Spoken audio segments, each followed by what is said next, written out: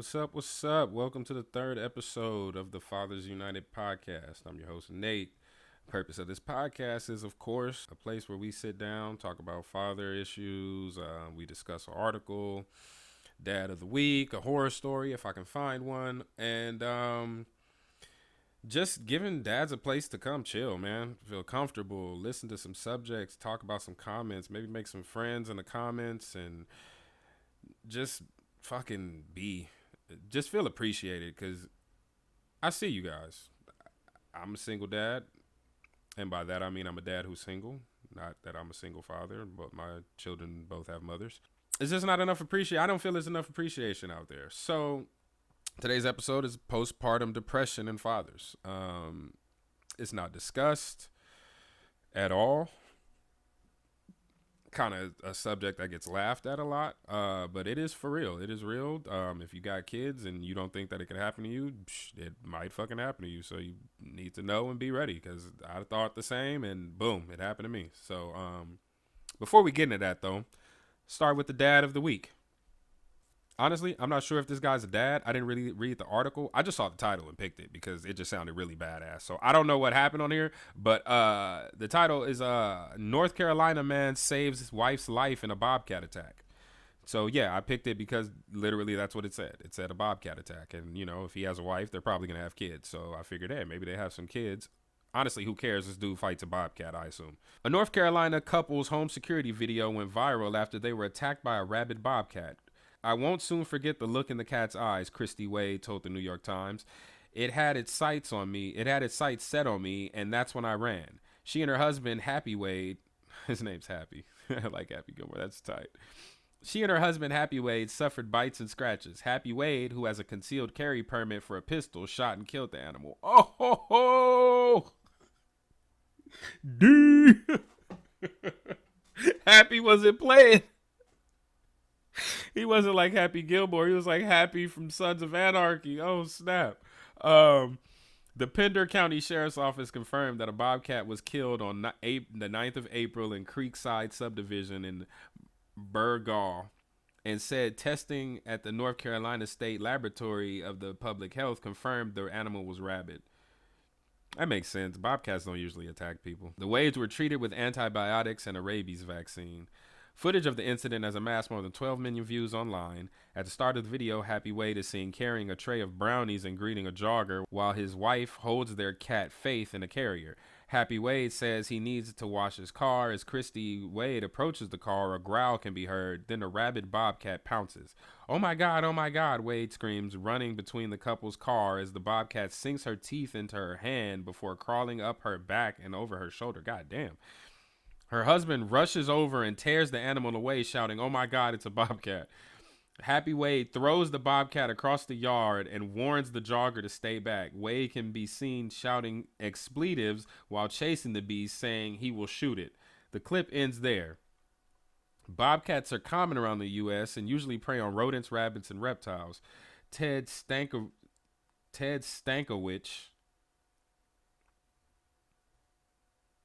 That guy had a hard time in school, I imagine. Ted Stankiewicz, a behavioral ecologist at California State University, Long Beach, told the Times the behavior seen in the North Carolina video was unusual. Any rabid animal is going to be far more aggressive around humans, Stankiewicz said, but a normal bobcat would typically not come into a neighborhood like that, into suburbia, let alone attack a person. Christy Wade said her husband saved my life. If he had not been here, I don't know where I'd be or in the shape I had been in. I do not know how I would have defended it off myself. That's just the kind of person he is. We've been married for 30 years. I met him when I was 15, and there was never a doubt in my life how much he loves me and how much he would do for me. Aww. Aww. That dude shot a bobcat for his lady. That's what's up. Sucks for the bobcat, obviously, but he was rabid, so, you know. He was going to die anyway because rabies eats your brain or something like that. I don't know. But apparently they didn't have kids. They didn't mention kids, so I picked this article on a whim, and it turned out to be wrong. But still, that dude tossed a bobcat and shot it. So props to you, Happy Wade. You're badass. You are the dad of the week on the Fathers United podcast, even though you don't have kids. It didn't mention them. That's not really surprising. 30 years, no kids. Maybe they didn't want any. Maybe that's why they had a cat in the carriage. I don't know. Still badass though. So the subject at hand, postpartum depression. So I'm gonna read this article from neurosciencenews.com. It's titled "Fatherhood Changes Men's Brain." The time fathers devote to child care every week has tripled over the past 50 years in the United States. The increase in fathers' involvement in child rearing is even steeper in countries that have expanded paid paternity leave or created incentives for fathers to take leave, such as Germany, Spain, Sweden, and Iceland. As a growing body of research finds that children with engaged fathers do better on a range of outcomes, including physical health and cognitive performance. Despite dads' rising participation in child care and their importance in the lives of their kids, there is surprisingly little research about how fatherhood affects men. Even fewer studies focus on the brain and biological changes that might support fathering. It's no surprise that the transition to parenthood can be transformative for anyone with a new baby. For women who become biological mothers, pregnancy-related hormone changes help to explain why a new mother's brain might change. But does fatherhood reshape the brain and bodies of men who don't experience pregnancy directly? In what ways? In ways that motivate their parenting? We set out to investigate this question in our recent study of first-time fathers in 2 countries. Recent research has found compelling evidence that pregnancy can enhance neuroplasticity, or remodeling, in the structures of a woman's brain using magnetic resonance imaging. Researchers have identified large-scale changes in the anatomy of women's brains from before to after pregnancy. In one study, researchers in Spain scanned first-time mothers before conceiving and again in 2 months after they gave birth. Compared with childless women, the new mother's brain volume was smaller, suggesting that the key brain structures actually shrank in size across pregnancy and even an early postpartum period. The brain changes were so pronounced that an algorithm could easily differentiate the brain or a woman who has gone through a pregnancy from that of a woman with no children. All across the brain, these changes are visible in gray matter. The layer of tissue in the brain that is rich with neurons, pregnancy appears in gray matter. The layer of tissue in the brain that is rich with neurons. Pregnancy appears to affect structures in the cortex, the most recently evolved outer surface of the brain, including regions linked with thinking about others' minds, a process that researchers call theory of mind. Mothers also show changes in the subcortex, the more ancient structures nestled deeper within the brain that are linked with more primitive functions, including emotion and motivation. Why do these structural changes in the brain happen after pregnancy? Researchers believe these brain changes may facilitate mothers' sensitive caregiving of newborns who demand constant attention and cannot verbalize their need.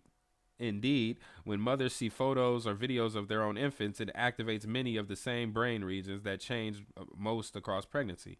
It seems plausible that new mothers' brains change in ways that help them to respond to and care for their newborns. But what about fathers?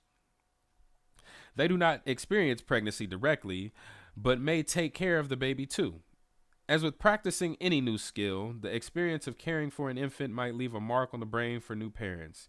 This is what neuroscientists call experience-induced brain plasticity. Like the brain changes that occur when you learn a new language or master a new musical instrument, a sparse but growing body of researchers is observing this type of plasticity in fathers who experience the cognitive, physical, and emotional demands without going through pregnancy. In terms of brain function, for instance, gay male fathers who are primary caregivers show stronger connections between parenting brain regions when viewing their infants compared with secondary male caregivers. To learn more about plasticity in new dads' brains, our research groups at the University of Southern California in Los Angeles and the Institut de Investigación Santa, I can't pronounce that. It's a university in Madrid, associated with the Be Mother Project, collaborated on a new study. We recruited 40 men, 20 in Spain, 20 in California, and put them into MRI scanner twice, first during their partner's pregnancy and again after their baby was 6 months old. We also included a control group of 17 childless men. We found several significant changes in the brains of fathers, from prenatal to postpartum, that did not emerge within the childless men who were followed across the same period of time. In both Spanish and Californian samples, the father's brain changes appeared in regions of the cortex that contribute to visually processing, attention, and empathy toward the baby. In both Spanish and Californian examples, father's brain changes appeared in regions of the cortex that contribute to visual processing, attention, and empathy toward the baby.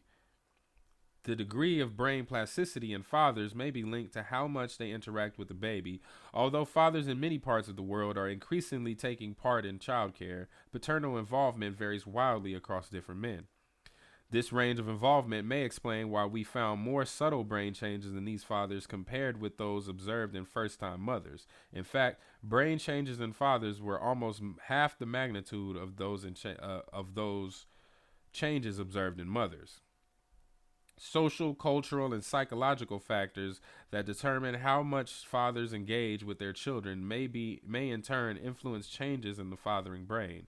Indeed, Spanish fathers who have more generous paternity leaves than fathers in the US display more pronounced changes in the brain regions that support goal-directed attention, which may help fathers attune to their infant cues compared with Californian fathers. These findings raises the question whether family policies that boost how much time dads spend on infant care during the early postpartum period may help support development of fathering brain. On the flip side, perhaps men who show more remodeling of the brain and hormones are more motivated to participate in on-hand care.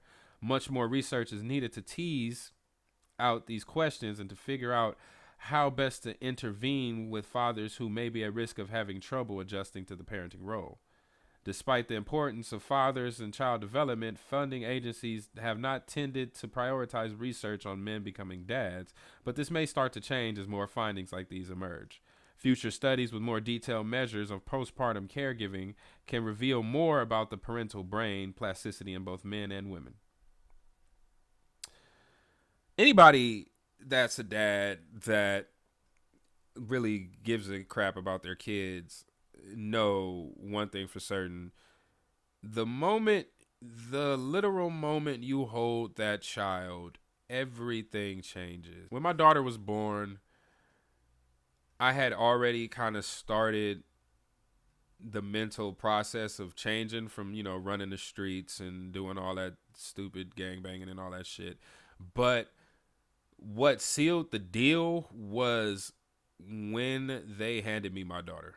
Nothing else mattered, Nothing else mattered at all. The same thing for my son. Like, look at it, you deserve the world.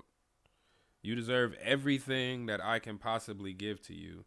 And the reason that I read this article is because I think postpartum depression comes from, the reason that I chose this article is because I think that postpartum depression has something to do with the brain. I don't really have,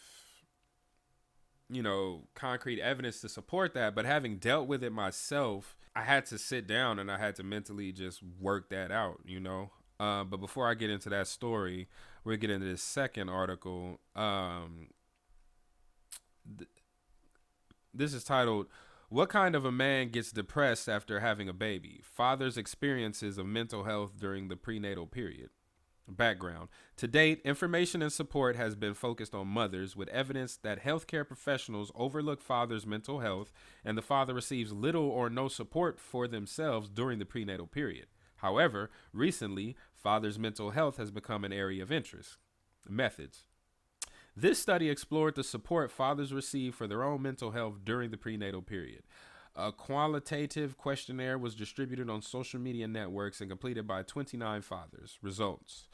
Thematic analysis produced three main themes: factors influencing fathers' mental health, consequences of poor mental health in fathers, and solutions to improve fathers' mental health.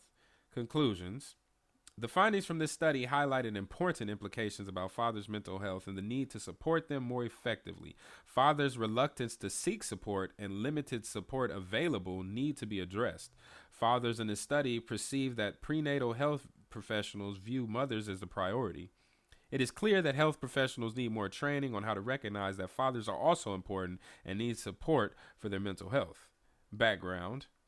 Becoming a father is an extremely important event for a man. Fathers can experience new emotions, feelings, and changes initiated by transition into parenthood. While there is a relative abundance of research focusing on maternal mental health, data on fathers is still limited by comparison. A systematic review of 18 studies confirmed increased paternal stress in the prenatal period, especially around the time of birth. The increase in stress had an impact on others' mental health problems for those fathers. Estimates of paternal mental health problems differ depending on the characteristics of the sample and the method of measurement. Some evidence shows that fathers can struggle with mental health problems before, during, and after pregnancy.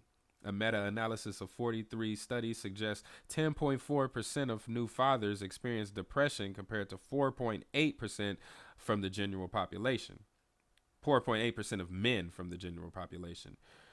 Paternal postpartum depression is prevalent in 4 to 25% of new fathers during the first 12 months after birth, but due to a lack of awareness and recognition of symptoms, prevalence likely unreported. Estimated reports of depression range from 24 to 50% for men who with partners who experience maternal postpartum depression in the 12 months after birth. However, during their partner's pregnancy, only 3.2% of 2,000 fathers reported seeking help for depression symptoms in comparison to the 13.6% of women. In recent decades, men have been taking a more active role in childbirth. The presence of fathers at birth has increased within the last few decades, with around 98% now reported as attending childbirth. Props to you guys. That's a big number. Props. A father's involvement can have a positive impact on maternal well-being and coping abilities, pregnancy outcomes, parental roles, and the child's continued physical, mental, and behavioral, social, and emotional development. However, healthcare professionals have traditionally overlooked men's mental health during the transition parenthood. Other research confirms that fathers perceive the lack of desired support for their mental health from healthcare professionals. Healthcare systems such as the United Kingdom National Healthcare Service have primarily focused service provisions on maternal mental health and well-being during the woman's transition into parenthood. Our recent research has confirmed that fathers feel their mental health is overlooked by prenatal health professionals. Research suggests receiving appropriate support from healthcare professionals during the critical periods reduces father risk of psychological distress. However, during childbirth, many fathers have reported being ignored by healthcare professionals and feeling invisible, uninvited, and uncomfortable. Focus on the data from 2013 Massadai report that less than 1 in 5 nurses offered any type of support to fathers during prenatal period.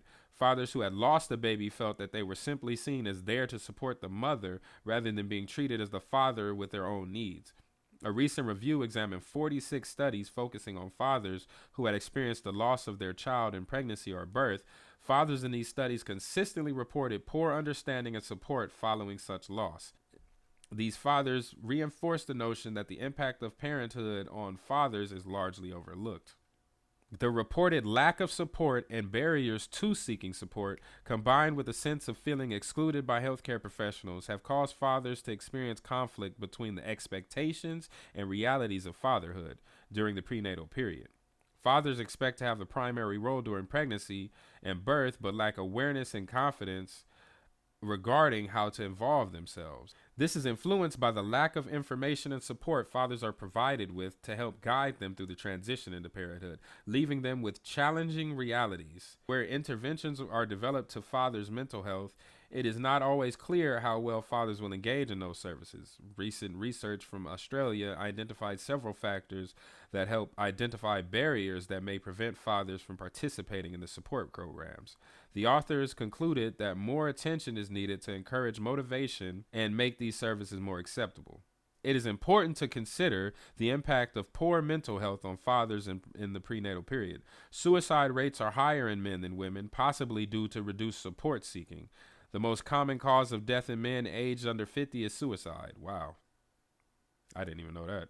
And men who experience symptoms similar to those of postnatal depression are 47 times more likely to be at suicide risk. Wow. Fathers' poor postnatal mental health also significantly impacts the family, especially the infant, being related to greater risk for child behavior problems at 3.5 years and conduct problems at 8.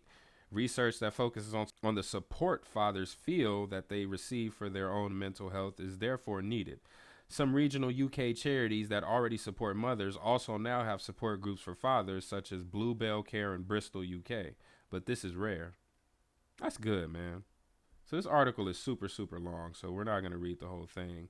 Suffice to say that it's tough, man.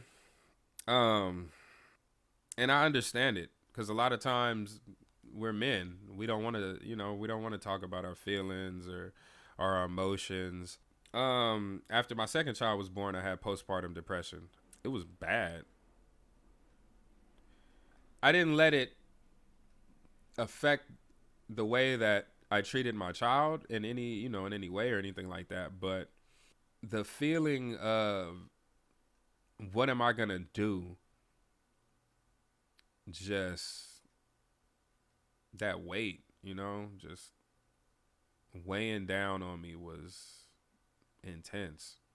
And then the way the relationship ended just added to it. And I didn't have anybody. And I'm one of those people. I did not seek any sort of help. I just was like, I'm a man up, this ain't my first rodeo. I had been involved with, raising my nephew and then my daughter. So I felt like this was my third time around. Like, fuck that. I'm about to, I don't understand why this is here right now, but I'm a grown ass man. I'm about to bust this out and get her done. Now, after a while, then I actually ended up, doing some therapy, and I was working 2-3 jobs, and my car was broke at the time, and my son stayed like 40 minutes away, really an hour away in a car. So it was a 4-hour train ride for me to go see him because I didn't have a car at the time. So 4 hours one way, 4 hours another way, and I'm working 2-3 jobs. And it was tough, dude. And that kind of stuff weighs on you, And nobody, because at the time the relationship was falling apart, and nobody appreciated, I'll say, the sacrifices that I was making on my body, my mind, my health. It was bad, man. And me not seeking help is what led to the situation getting worse before it got better. Because now with hindsight, I can say if I would have just stopped, took a step back, went back and said, hey man, I'm fucked up, talk to anybody about it, it might have gotten better quicker. And I know that because when I fucking went and got some therapy and started to talk to people about it, it got better. I received advice. I received encouragement. Like, hey, I see what you're doing. I see this. And just that little bit of something really did make a world of difference. It's tough to admit when you are suffering from, because when you hear postpartum depression, you think of females, you think of women and mothers and all of that. Like, it felt like a weenie, really. Honestly, yeah. To be 100%, I felt like a weenie. Like, what the fuck am I depressed about? What is there to be depressed about? I'm a dad. But there was plenty to be depressed about. My life at the time, working so much, the fact that this was like basically my third child, and I was like in a bad spot in life at that time, and just a bunch of other things that just I was overlooking because I was only looking at it as I had a baby and now I'm depressed because I got a baby. That wasn't what it was. There was so many other factors involved in it that led to that I needed to address. It wasn't until I, like I said, sought help and got outside opinions on it that I was really able to make that change. So my advice is, if you're dealing with postpartum depression, if you think you have postpartum depression, you probably do, because it happens to dudes, When my daughter was born, I had that weird crap where I was feeling what her mom was feeling. And I thought it was stupid until I looked it up online and I saw, like, yes, this actually happens. It was stupid and I hate it and it was horrible and I never want that to happen again. But it made me respect the shit out of women, because I know I wasn't feeling the pain she was feeling, and I was like, this is ridiculous what I'm feeling. So if you're feeling worse than this, good God, you're a superhero. And the same thing for postpartum depression. Like, now that I've dealt with it, and I've spoken to men and women who have had it, and it's like, I understand, and just talking to somebody else who had dealt with it too was really helpful as well. I was blessed enough to randomly come upon these people because once I admitted it, then the individuals, I'm not going to name them, but the individuals who dealt with it felt comfortable enough to tell me, like, oh man, dude, I dealt with that too. And then we had a conversation about it, and it was like, holy shit, this is more common than I thought. There's more people out here dealing with that than I realized. And that in itself was just so helpful in furthering that. So if you're dealing with that, man, you just seek some kind of something. I have a resource here for you, postpartummen.com. Okay, postpartummen.com, as well as what I mentioned in the article. Find some kind of help because it is real and it can happen to you. And just because you think it won't, or you think you're some macho dude, does not mean that it won't happen to you. My brothers and sisters, this shit is real. All right, everybody can get postpartum depression, and it sucks. And it does exactly what that article says. It inhibits so much stuff. I wasn't as excited as I should have been to play with my little dude. I wasn't, I'm doing these things because it's going through the motions. And it wasn't until I got over that I was able to be like, haha, yeah, little fucker, you throwing him up and all that stuff. Like you have to fix that because the child does not deserve that. No child deserves half-ass loving and half-ass parenting. And if postpartum depression is keeping you from fully doing that for your child, then you gotta do what you gotta do, man. As a father, you gotta do what you gotta do.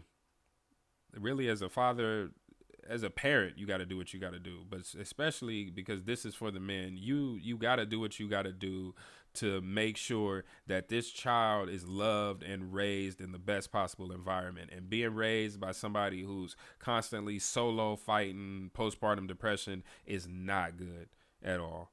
So reach out to some groups, check out postpartummen.com. I don't have any affiliation with the site. I just went to it and saw that it had some good resources and help.